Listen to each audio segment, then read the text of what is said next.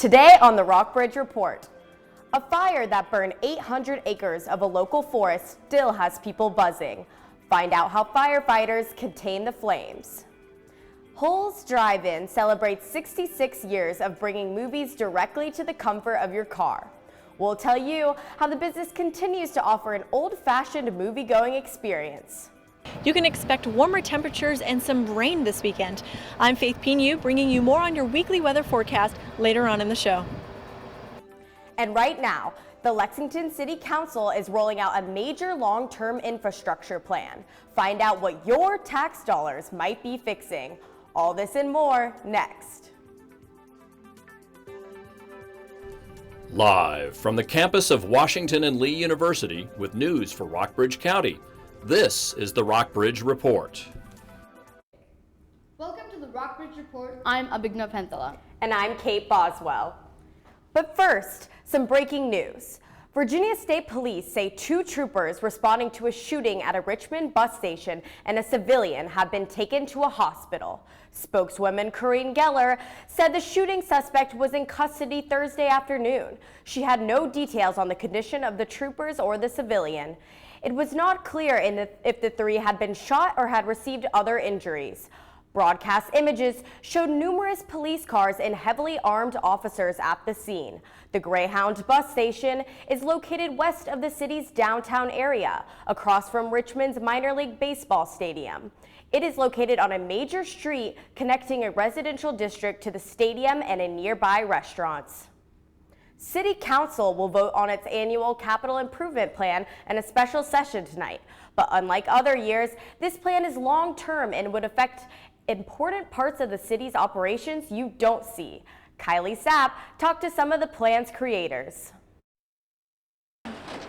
Lexington's capital improvement plan usually covers the next 5 fiscal years. It identifies streets that need to be repaired, water mains that need to be replaced, and wastewater collection lines that need to be upgraded, among other projects. This year, Public Works submitted a plan to City Council that not only provided for the next 5 years, but looked at what needed to be fixed in the years after. We are in the process of developing a plan for bringing those streets back up to good condition, but in preparing that plan at the same time, we are looking at all of the planning work that we have done related to water, sewer, stormwater, and bridges in terms of those parts of the infrastructure need. All of the proposed improvements have a designated fiscal year, but the majority are designated for after 2021. We went ahead and just showed everything that we know of in terms of projects at this time of things that we will have to do.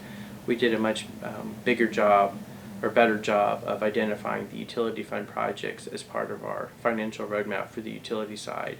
The money for these projects will come from several different places. General fund capital projects are funded from the general fund, property taxes and other things like that. Utility fund capital projects are paid for from the utility fund, which gets its money from the rates and revenues generated from water and sewer consumption. Some of the money will also come from the Virginia Department of Transportation, which has a program to match funds provided by the city for certain projects. Lexington City Council will vote here tonight to either accept the plan in full or send it back for revisions. For the Rockbridge Report, I'm Kylie Sapp. A public hearing will begin at 7 tonight.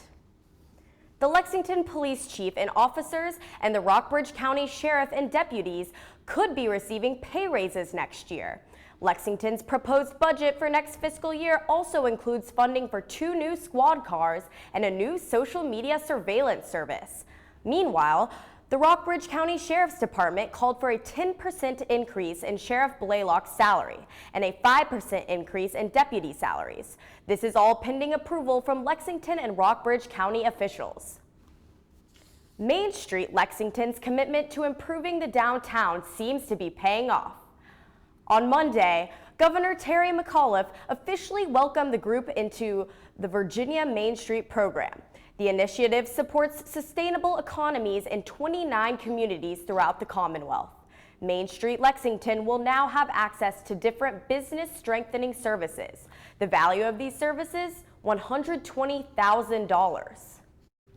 Critics are blasting Donald Trump for his comments on abortion. This comes on the heels of a Trump staffer being charged with assaulting a reporter. Sunland Surfati reports.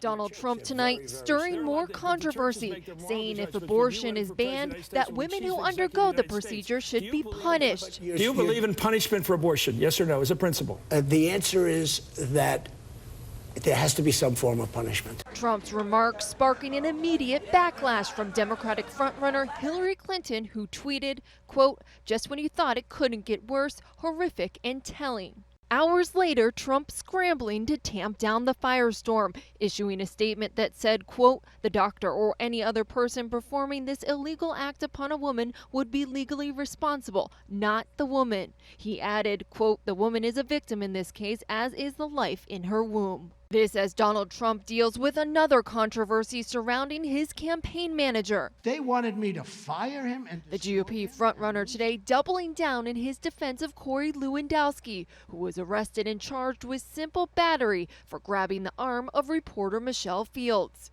Did anybody think it was a horrible thing what happened? I don't get it. Michelle Fields, who, by the way, she's not a baby, okay? In her own words, exactly, I was jolted backwards. Well, she wasn't. I mean, she's standing there. Someone had grabbed me tightly by the arm, tightly, and yanked me down. She wasn't yanked down. His rivals are pouncing, criticizing Trump for setting the tone for his campaign. Look, it shouldn't be complicated that members of a campaign staff should not be physically assaulting the press. You see things that are pretty clear. From what I understand, the video is clear. Of course, I would fire him.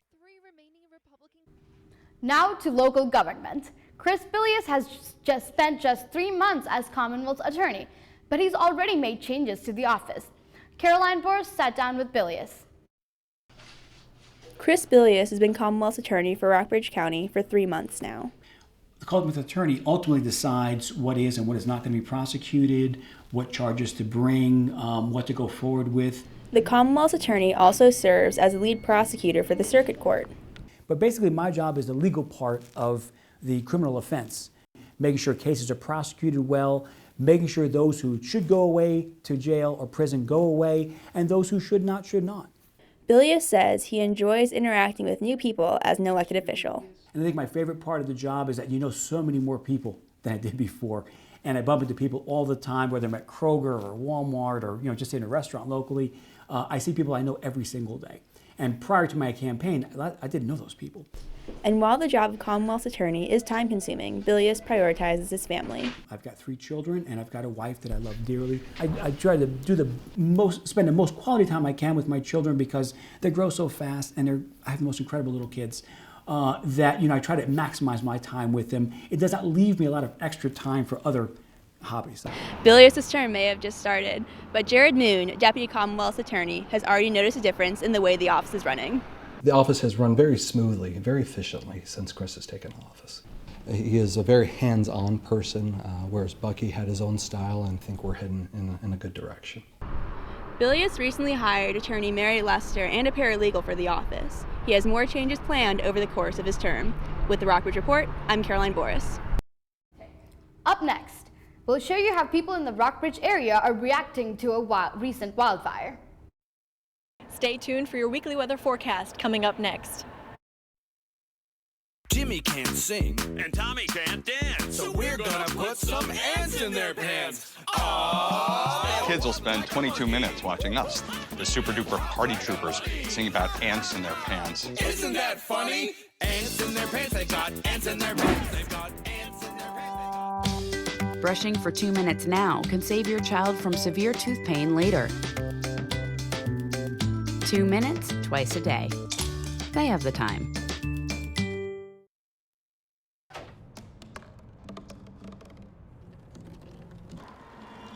Everybody has a dream.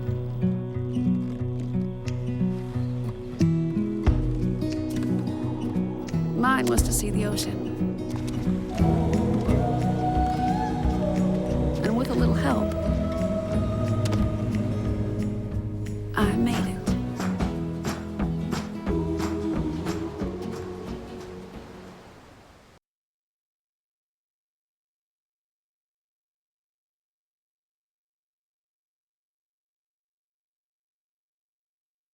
So, I'm kind of new here, but I've noticed a trend. My human does this funny thing where she goes around and gets all my toys, and then she hides them in that basket by the door. But it's always the same basket, and it's always in the same place.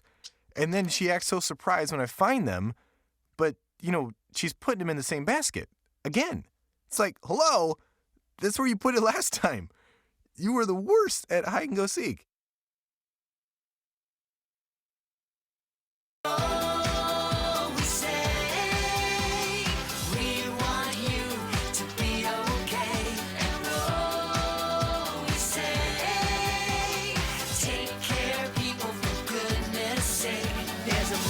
Every budget, so don't accept defeat. Now you can get covered and still buy me treats. You take care of your pets. Now it's their turn to take care of you. Visit getcoveredamerica.org to learn about your health insurance options. A wildfire that raged across the George Washington and Jefferson National Forest is now 100% contained. The fire burned over 800 acres of federal forest around the Rockbridge and Augusta County line. Henry Lozado took a couple of trips to the scene. A wildfire that started on March 17th burned over 700 acres of St. Mary's wilderness in the George Washington and Jefferson National Forests. Flames scorched Cellar Mountain, sending up plumes of smoke. From McCormick's farm, you could see the fire pretty well, like actual fire and the smoke. We were at track practice and there was smoke everywhere. Though the fire raged for nearly 2 weeks, Anthony Horton of the Augusta Hotshots firefighting team says the damage was minimal. We were fortunate enough not to lose any property or life on this fire. Horton says fighting a fire of this magnitude takes a lot of manpower. 65 firefighters were present in the area while attempting to contain the fire. As you can see by the charred stumps and leaves, dried debris and underbrush was the main fuel for the wildfire. Though the blaze is now contained, Horton says that warm, dry weather may bring about more wildfires. With gusty winds and low humidity, the next couple of days, we could definitely see some more fires. Though no one can predict what will happen during this year's fire season, local hiker Chance Brunty says there are ways to limit the damage. Well, as warm as it is, and I think they were on a fire watch or something like that. I'm surprised that anyone would start a fire up here, when camping or anything. But also, just simple stuff that to teach anyone, even in the Boy Scouts, just make sure your fire is put out, douse it with water, and all that sort of stuff. For the Rockbridge Report, I'm Henry Lozado. The day the fire started, people all over Rockbridge County took to Facebook. Their comments on a post by Rafine Fire Department expressed both shock and concern. One woman from Greenville commented, "Prayers for the safety of the firefighters. This wind makes for a much more dangerous time."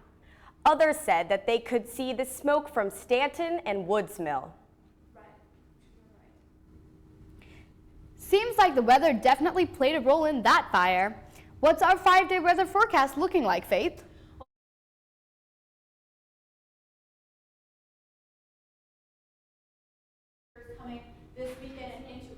You can see a live shot of Woods Creek behind me, and it's showing that the cloud cover has already set in right now, and that'll bring us the moisture coming into later today. Now let's take a look at how that measures up in the numbers.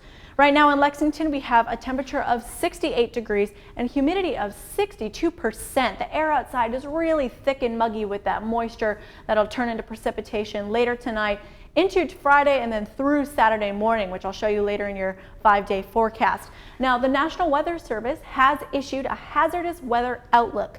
This notice just means that there is a possibility for severe weather thunderstorms coming in this afternoon into tomorrow, and these storms may bring some hail and possibly some very strong wind gusts. So as you can see in the rest of our region, over here in Lexington, Buena Vista, Stanton, and Charlottesville, all very overcast skies, 68 degrees and then 69 up in Charlottesville.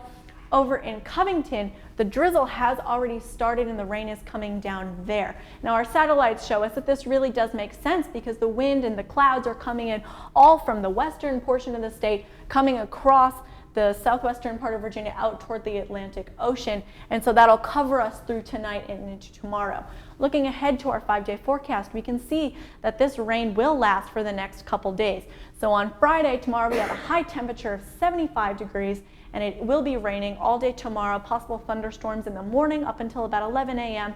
Those storms will last into Saturday, and then Sunday we can expect some sunny skies. Monday and Tuesday clear from there. My name is Faith Pinu, bringing your weekly weather forecast. Back to you, Kate and Abby. Up next, we hear from both sides about a polarizing issue, whether to keep Civil War monuments standing. And later, find out why Holt's Drive-In is a one-of-a-kind movie theater. Down. Hi, may I please have an application? Thank you.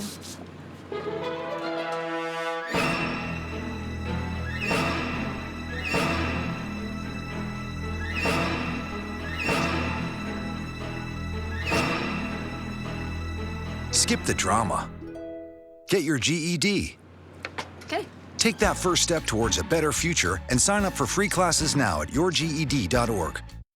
No more pencils, no more books, no more teachers, dirty looks. School's out for summer. What this place needed was better graduation rates. So we worked with schools like Henry Ford High, and now they're up 18%.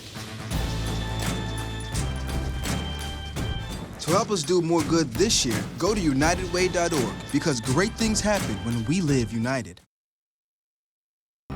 If you store your guns properly, I'll feel safer when I'm playing outside. Safer when walking home. I won't have to tell so many family members. I'm sorry. I won't hear as many scary stories. And I won't have to tell my kids. This isn't a drill. Please. Please, do it for us. Your family, friends, and neighbors are all counting on you. Never let your gun get into the wrong hands. Remember, always, lock it up. Visit ncpc.org. If you want to be a parent, it doesn't matter how you play, what you wear, how you dance, or even what direction life takes you. You just need to be there. You don't have to be perfect to be a perfect parent. Thousands of teens in foster care don't need perfection. They just need you.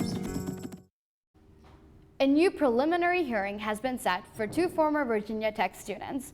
They're charged in the murder of 13-year-old Nicole Lowell in late January. The hearing is scheduled for May 20th. A prosecutor said it was originally set for last Monday, but both sides needed more time. 18-year-old David Eisenhower is charged with abduction and first-degree murder. And 19-year-old Natalie Keepers is charged with accessory before and after the fact, and with illegally dumping Nicole's body just across the state line in North Carolina. The two remain in jail without bond. Indian authorities say more than a dozen people are dead after an overpass collapsed near Kolkata, the city formerly known as Calcutta. Police say slabs from the overpass, which has been under construction for 5 years, fell on moving vehicles this morning. Dozens of people have been pulled from the rubble with injuries, according to one official. It's not clear if those victims were among the 100+ people reported missing. Some of the missing may be trapped in cars, and construction workers may be buried under debris. But officials stress that some of the missing may not be trapped, merely unaccounted for. Buena Vista is grappling with the rapid increase in feral cats. The main problem, many of them are not spayed or neutered.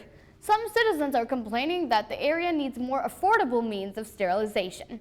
The Rockbridge SPCA is working on a reduced cost program that it hopes to implement next fall. Check out Abby Thornton's story on rockbridgereport.wlu.edu. Earlier this month, Governor McAuliffe vetoed a bill that would have prohibited cities and counties from removing war memorials. This included Civil War monuments. Nelson Helm asked tourists and residents their opinion on the issue. I think that really shouldn't be done. That's like inconsequential. I mean, what's past is past, and that's sort of like disrespectful to me. With McAuliffe's veto of the bill, localities are still free to remove war memorials. Lexington has many ties to Civil War history, with both Stonewall Jackson and Robert E. Lee buried here. Yet the Confederate flag was banned from city-owned poles in 2011. Replicas of the flag were also banned from Washington and Lee University's Lee Chapel in 2014.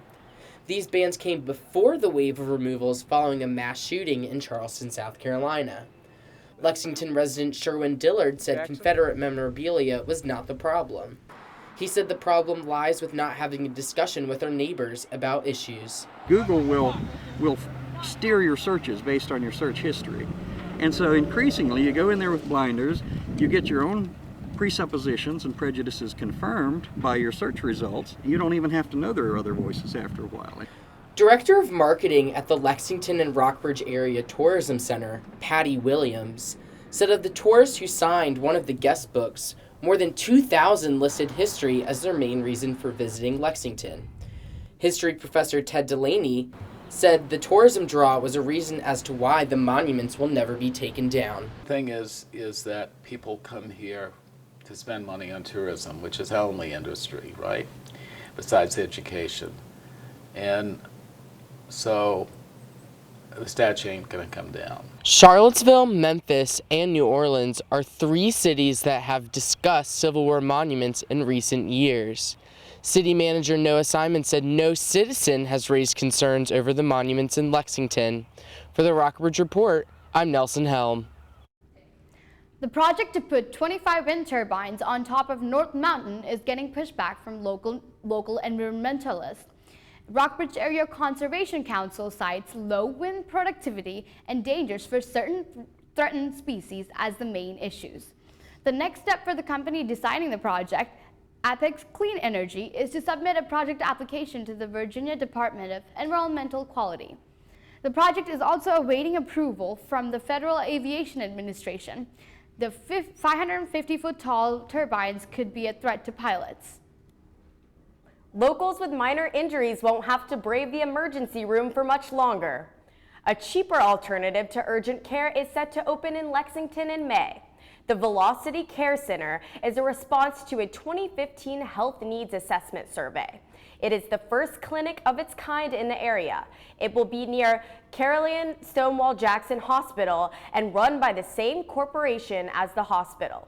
It will provide radiology, on-site lab testing capabilities, and 4 patient rooms. The center will be open 8 to 8 Monday through Saturday and 8 to 6 Sunday. Coming up in sports, history was made when 2 local high school baseball teams faced off last week. Find out what the Fighting Blues did for the first time ever.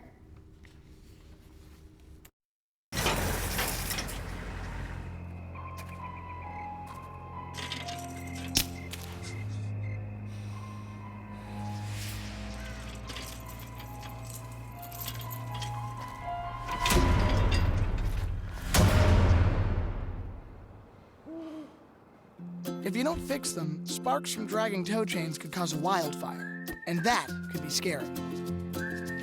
Smokey. In the small town of Elmira, New York, a boy was born into an all-American family.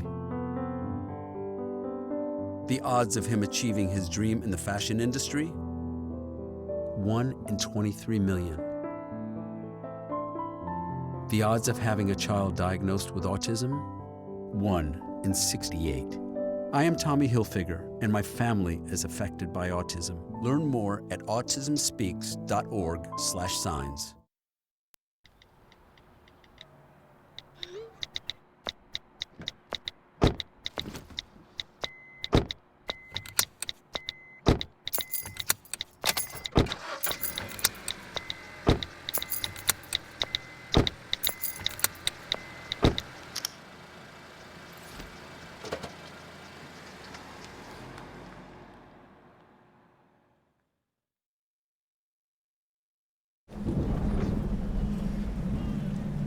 He's on his way. He doesn't even know that we're here. Is he okay? Please tell me he's okay. Laura. Okay, try to call him again. There's no signal. Try. Nothing's working. Well, just Everything's down. This is so so bad. He's out there by himself. Make sure you know where to find your family in an emergency. Start your plan at ready.gov. It's an exciting time for Perry McClure's baseball team, isn't it, Ashley? It definitely is. Perry McClure's baseball team beat rival Rockbridge County High School for the first time in school history. The Blues are hoping that the marquee win will be the start of a strong year. Peter Rathmel reports on the team from Buena Vista. From the first pitch this season, the Perry McClure High School Blues have had their eyes on the playoffs. A difficult early schedule led to 4 losses in their first 5 games, but the losses have done nothing to lower head coach Jason Coleman's expectations. This team should have postseason aspirations. There's no reason. We put ourselves in a good position. We play this tough early schedule. We get into the district games and just keep building a little bit day in, day out. It should be something we look forward to. In the second game of the season, McClure beat Rockbridge County High School for the first time ever. The team hopes to build on that win and carry it into the postseason. I think we're a state champion team. We just got to practice hard and come together, and we can do it. Coming all together, we can't be beat, but we come together as a team, we can do it. It's not just players with high hopes this year, but fans as well. I think it's good. We have a good thing running for them, and all the boys get along together. I think we'll go far. Through everything, Coleman wants to make sure that his players stay focused on the task at hand and not look too far into the future. It's something that you talk about as a distant goal, but you're very short-sighted in the things you need to do. You're just trying to stack together good practice after good practice, and you get into the games, you're trying to win an inning at a time. And the Fighting Blues will look to do just that with a return to action in a rematch at Auburn High School on April 7th. This is Peter Rathmel with the Rockbridge Report. The Fighting Blues failed to repeat against Rockbridge County yesterday. Perry McClure High School was defeated 13-4. Now to college baseball, VMI's team also made history, defeating Virginia Tech 5-3. Yet Tuesday, it was just the second time the Keydets defeated the Hokies in Lexington since 1969. Meanwhile, W&L's bats caught fire in its game against Bridgewater Wednesday. The Generals downed the Eagles 9-3 for W&L's 6th win in a row. Finally, NASCAR is in Martinsville this weekend, and the Sprint Cup race is set to continue a feud between Matt Kenseth and Joey Logano. Kenseth was 9 laps down in the November race at Martinsville and wrecked Logano as he was headed to victory. Kenseth drew a 2-race suspension from NASCAR for his actions. The racetrack has been using this storyline to set up Sunday's race. That's all for sports. Back to you, Abby and Kate. Hull's Drive-In kicked off its 66th season this month. The historic theater isn't just a Lexington landmark. It's also the only nonprofit drive-in in America showing current and first-run movies. John Tompkins went to a couple of movies. The pretzels are in the oven, the hot dogs are on the grill, the movies are on the screen, and Hull's Drive-In is ready for the opening of its 2016 season. The theater is unique.